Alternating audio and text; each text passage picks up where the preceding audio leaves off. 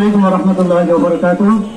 সকলেই পরিশ্রান্ত এবং অত্যন্ত কষ্ট করে এই রৌদ্রের মধ্যে গরম প্রহায়ে আমরা আজকের এই বিক্ষোভ সমাবেশকে সফল করার জন্য বিভিন্ন ইউনিয়ন থেকে ইসলামী আন্দোলন বাংলাদেশ, ছাত্র আন্দোলন, যুব আন্দোলন, শ্রমিক আন্দোলন, বাংলাদেশ মুজাহিদ কমিটি সহ বিভিন্ন পর্যায়ের নেতৃবৃন্দ আজকে উপস্থিত হয়েছে।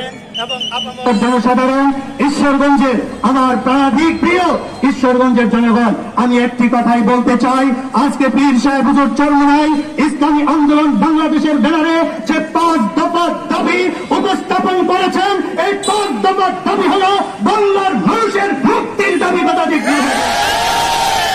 বিগত দিনে আমরা দেখেছি এই বাংলাদেশে যত নির্বাচন হয়েছে, ভারতবর্ষ চিন্তায় হয়েছে, কেন্দ্র দখল হয়েছে, আজকে মানুষকে হত্যা করা হয়েছে, কালো টাকা ছড়াছড়ি হয়েছে, এইভাবে নির্বাচিত হয়েছে।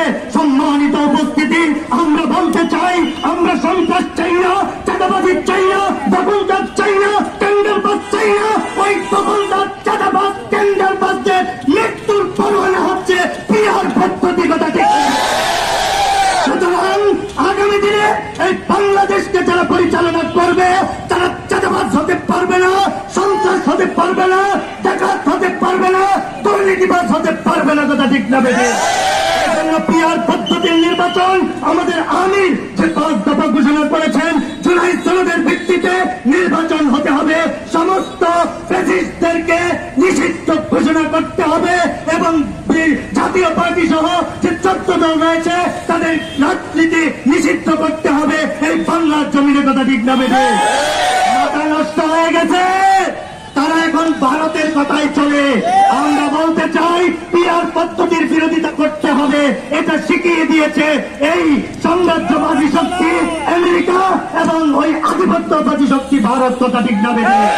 আমরা বলতে চাই, ভারতের আধিপত্য চলবে না, বাংলাদেশ স্বাধীন হয়েছে, সুতরাং আমরা স্বনির্ভর, আমরা নিজেরা আমাদের বাংলাদেশকে সাজাবো। ভারতের প্রেসক্রিপশনে বাংলাদেশ চলবে না। যারা ভারতের প্রেসক্রিপশনে বাংলাদেশ চালাতে চায়, এই বাংলার মানুষ আগামী নির্বাচনে তাদেরকে প্রত্যাখ্যান করবেই করবে ইনশাআল্লাহ। এবং ইসলামের পক্ষে, ন্যায়ের পক্ষে আওয়াজ উঠেছে, ইসলামের পক্ষে আজকে আওয়াজ উঠেছে, ইসলামী আন্দোলন বাংলাদেশ হাত পাকার পক্ষে জোয়ার উঠেছে। সুতরাং আগামী দিনে আমরা ইসলামকে সংসদে নিতে চাই। রাজি আছেন সবাই ইনশাআল্লাহ? আজকে যারা